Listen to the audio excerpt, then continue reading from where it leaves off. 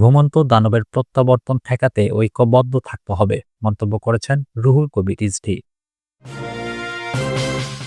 হাসনাতের বক্তব্য সোশ্যাল মিডিয়ায় আসা উচিত হয়নি বলেছেন নাসিরউদ্দিন পাটোয়ারি। এবং আওয়ামী লীগকে পুনর্বাসনের অপচেষ্টা হবে বেইমানি মন্তব্য করেছেন চরমনাই পীর। সর্বশেষ জানাবো ধানমন্ডিতে মিছিল, নিষিদ্ধ হিজবুত তাহরীরের 7 সদস্য রিমান্ডে। শুনছিলেন সংবাদ শিরোনাম। পুরো খবর জানতে ভিডিওটি শেষ পর্যন্ত দেখুন। সর্বশেষ খবর পেতে চ্যানেলটি সাবস্ক্রাইব করুন। এবারে জানিয়ে দেব বিস্তারিত।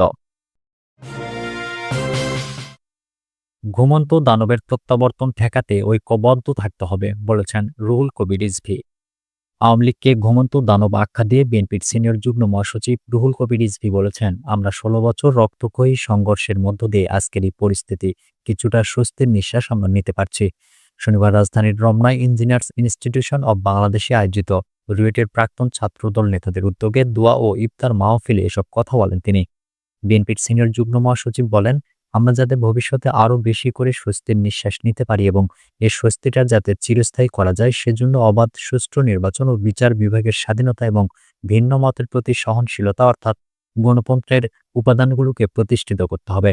রিজভী বলেন, স্বস্তির নিঃশ্বাস দীর্ঘ করতে হলে সামনে বেশ কিছুটা পথ আমাদেরকে পাড়ি দিতে হবে।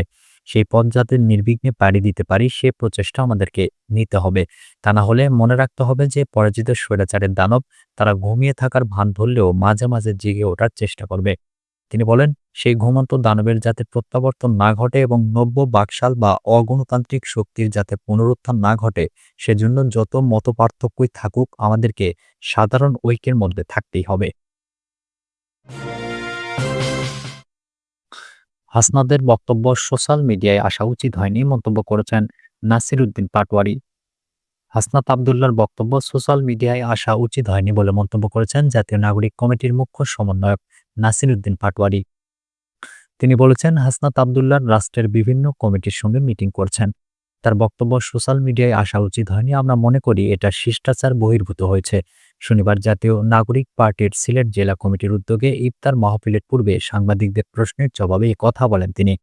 নাসিরউদ্দিন পাটোয়ারি বলেন, রাষ্ট্রের বিভিন্ন ফাংশনারি যা আছে আমরা দেখছি সেনানিবাসের বিভিন্ন ব্যক্তিবর্গ রাজনৈতিক জায়গায় হস্তক্ষেপ করছেন।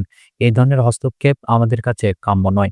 তিনি আরো বলেন, প্রধান উপদেষ্টা যে মন্তব্য করেছেন আমরা তার সঙ্গে সম্পূর্ণ দ্বিমত পোষণ করছি। বাংলাদেশে প্রধান উপদেষ্টা হোক বা যে কোনো রাজনৈতিক দল হোক, যারা আওয়ামী লীগ নিষিদ্ধ করুন তাদের নিবন্ধন ও মার্কা আদর্শ বন্ধকরণ প্রক্রিয়ায় বাধা দেবে তাদের সঙ্গে আমাদের যুদ্ধ ও লড়াই হবে। সেই ক্ষেত্রে আমরা একটু পিছপা হব না। আমরা আমাদের লড়াইটা চালিয়ে যাব। এদিকে ইফতার পূর্ব ও পরবর্তীতে জাতীয় নাগরিক পার্টির ইফতার মাহফিলের নেতাকর্মীদের মধ্যে হট্টগোল, হাতাহাতি ও মারামারির ঘটনা ঘটেছে। উদ্ভূত পরিস্থিতিতে সাংবাদিকরা ছবি ও ভিডিও তুলতে গেলে অসদাচরণ ও ক্যামেরা কেড়ে নিতে চেষ্টা করেন দলটির নেতাকর্মী ও সমর্থকরা। তার পরিপ্রেক্ষিতে সাংবাদিকরা ইফতার অনুষ্ঠান বয়কট করে চলে আসেন। ইফতার না করে সাংবাদিকদের বড় একটি অংশ কনভেনশন সেন্টার থেকে বেরিয়ে আসেন। পরে তারা সেন্টার সংলগ্ন রাস্তার পাশে একটি ছোট রেস্তোরাঁয় ইফতার করেন। এছাড়া ছাত্রদের একটি পক্ষ ইফতার না করে বেরিয়ে বাইরে গিয়ে বিক্ষোভ করে দলের নেতাকর্মীদের অশ্রাব্য গালিগালাজ করেন। ইফতার পরবর্তী সময় নেতাকর্মীরা আবারও মারামারিতে জড়িয়ে পড়েন। এতে শান্ত নামে লিডিং ইউনিভার্সিটির এক ছাত্র আহত হয়েছেন। আওয়ামী লীগকে পুনর্বাসনের অপচেষ্টা হবে বেইমানি মন্তব্য করছেন চরমনাই পীর। আওয়ামী লীগকে বিচারের আওতায় আনার দাবি জানিয়েছেন চরমনাই পীর ও ইসলামী আন্দোলনের আমির মুফতি সৈয়দ মোহাম্মদ রেজাউল করিম। তিনি বলেছেন, রক্তের দাগ এখনো শুকায়নি। এখনই ফ্যাসিবাদী দলকে পুনর্বাসন করার অপচেষ্টা জুলাই অভ্যুত্থানের শহীদদের রক্তের সঙ্গে বেইমানি করা হবে। শনিবার ইসলামী আন্দোলনের কার্যালয়ে কেন্দ্রীয় আমেলার নিয়মিত বৈঠকে সৌদি আরব থেকে অনলাইনে যুক্ত হয়ে এসব কথা বলেন চরমনাই পীর। চরমনাই পীর বলেন, বিচারের আগে আওয়ামী লীগের নেতৃত্ব ও আওয়ামী লীগের পুনর্বাসনের আলাপ অনৈতিক। এ ধরনের আলাপ আলোচনা দেশ ও জনগণের স্বার্থ বিরোধী।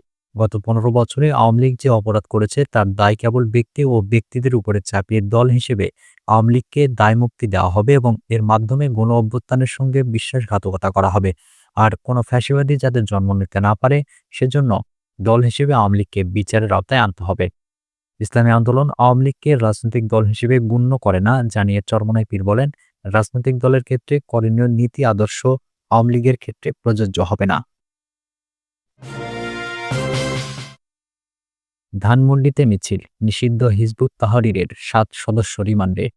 সন্ত্রাসবিরোধী আইনে দায়ের করা মামলায় নিষিদ্ধ সংগঠন হিজবুত তাহরীরের ৭ সদস্যের ৪ দিনের রিমান্ড মঞ্জুর করেছেন ঢাকার একটি আদালত।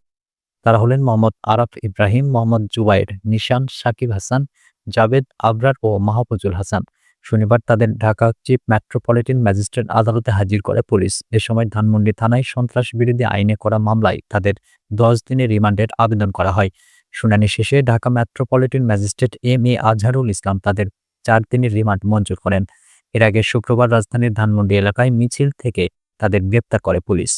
মামলার সূত্রে জানা গেছে, শুক্রবার বেলা ২টা ১৫ মিনিটে ধানমন্ডির বাইতুল আমান জামে মসজিদের সামনে পাকা রাস্তার উপর গ্রেপ্তার আসামিরা সহ অজ্ঞাতনামা আরও প্রায় ১৪০ থেকে ১৫০ জন নিষিদ্ধ ঘোষিত সংগঠন হিজবুত তাহরীরের সদস্য বিভিন্ন ব্যানার, ফেস্টুন ও প্ল্যাকার্ড নিয়ে আকস্মিক মিছিল করে।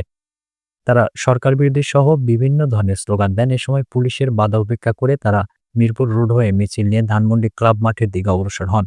এর ফলে রাস্তায় যানবাহন চলাচল বন্ধ হয়ে গেলে তীব্র যানজট এবং পথচারীদের মধ্যে ব্যাপক ভয়ভীতির সৃষ্টি হয়। এরপর মিছিলকারীদেরকে ছত্রভঙ্গের চেষ্টা করলে তারা অতর্কিতভাবে পুলিশের উপর হামলা করে। এ ঘটনায় ধানমন্ডি থানায় সন্ত্রাস বিরোধী আইনে একটি মামলা দায়ের করা হয়।